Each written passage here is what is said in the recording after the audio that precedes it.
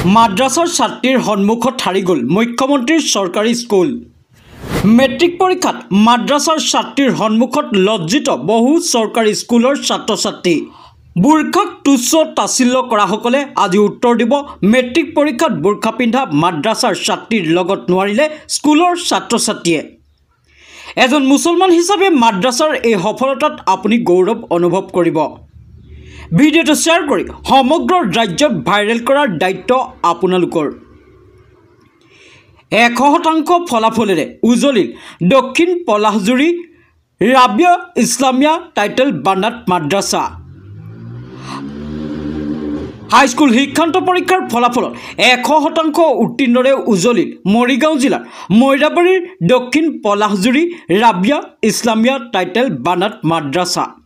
জানিব পৰা মতে এইবাৰ মাদ্ৰাছাখনত 23 গৰাকী ছাত্ৰীয়ে মেট্ৰিক পৰীক্ষাত অৱতীৰ্ণ হৈছিল আৰু ইয়াৰে 17 গৰাকী ছাত্ৰীয়ে প্ৰথম বিভাগ আৰু 6 গৰাকীয়ে দ্বিতীয় বিভাগত উত্তীৰ্ণ হৈ 100% ফলাফলেৰে মাদ্ৰাছাখনৰ লগতে অঞ্চলটোলৈ গৌৰৱ কঢ়িয়াই আনে। উল্লেখ্য যে এইবাৰ পৰীক্ষাত অৱতীৰ্ণ হোৱা 23 গৰাকী ছাত্ৰ ছাত্ৰীয়ে আৰবী বিষয়ত লেটাৰ মাৰ্ক পাবলৈ সক্ষম হয়। মাদ্ৰাছাখনত বৰ্তমান নামভৰ্তি চলি আছে বুলি অধ্যক্ষ অলিউল্লাহে আজি এডাল সাংবাদিকক জানিবলৈ দিয়ে। Bureau report যমুনাইনী।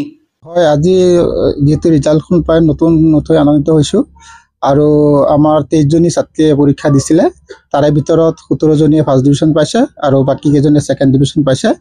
আৰু মই আশা কৰোঁ এইখন মহাবিদ্যালয়ৰ পৰা আগন্তুক দিনত আৰু ভাল ৰিজাল্ট কৰিব বুলি আমি সকলো ষ্টাফে কাম কৰি যাম আৰু আগন্তুক দিনত যাতে ৰাইজে এই অনুষ্ঠানৰ লগত সহায় সহযোগ কৰে তাৰেই মই কামনা কৰিছোঁ। আমি দুইটা সাবজেক্ট একেলগে পঢ়িছোঁ, স্কুল মাদ্ৰাছা দুইটাই। আমাৰ পঢ়াত একো অসুবিধা হোৱা নাই, কাৰণ আমাৰ ছাৰ বাইদেউ হুজুৰসকলে বহুত মেহনত কৰিছে আমাৰ কাৰণে। বহুত ভাল লাগিছে। আমাৰ 23 গৰাকী ছাত্ৰী আমি ফাইনেল দিছোঁ, 17 গৰাকী ফাৰ্ষ্ট ডিভিজন, আৰবিত সকলোৱে লেটাৰ আৰু ছেকেণ্ড ডিভিজন 6জন। অইন ছাত্ৰ ছাত্ৰীক আহ্বান জনাম এইটোৱে, আমি দুইটা পঢ়িছোঁ, একো অসুবিধা হোৱা নাই, ততো আহি পঢ়িব পাৰে, সফল হ'ব। হয়, আজি যি ৰিজাল্ট আহিছে আমি নথৈ আনন্দিত। আজি ৰিজাল্টটো আমি চাই বহুত ভাল লাগিছে, আনন্দ লাগিছে। আমি আশা কৰিছিলোঁ যে ৰিজাল্ট আৰু ভাল হ'ব, আগন্তুক দিনত যাতে আমাৰ ৰিজাল্ট আৰু ভাল হয় সেয়া আমি চেষ্টা करीब। अगर कोई बंदा एडमिशन देना चाहिए तो फौरन हमारे यहाँ आइए और कांटेक्ट करें कि हमारा एडमिशन फिलहाल जारी है, चालू है। अब मेरा कांटेक्ट नंबर ये है 9365686715। आपको मद्रसा में गरीब छात्री के लिए क्या मौका है?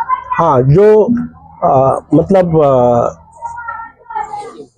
गरीब के लिए ये है कि अच्छा खासा हम लोग जो फैसिलिटी है उनमें से जो अच्छा खासा सुविधाएं हम लोग रखी है। अगर कोई यतीम होगा इनके लिए अलग से सुविधा है, गरीब के लिए अलग से सुविधा है, कि हर तरह सुविधा के हम लोग हर आदमी के लिए हम लोग रखे हैं। तो इंशाल्लाह आप लोग आइए, हमारे साथ कांटेक्ट करें तो हर तरह सुविधा के उपलब्ध अपने के लिए जारी है। हॉस्टल की सुविधा है क्या? हाँ, हॉस्टल की सुविधा ये है, यहाँ रहने और खाने पीने पढ़ने हर चीज 24 घंटे के जो रहने के हर चीज की सुविधा ही है।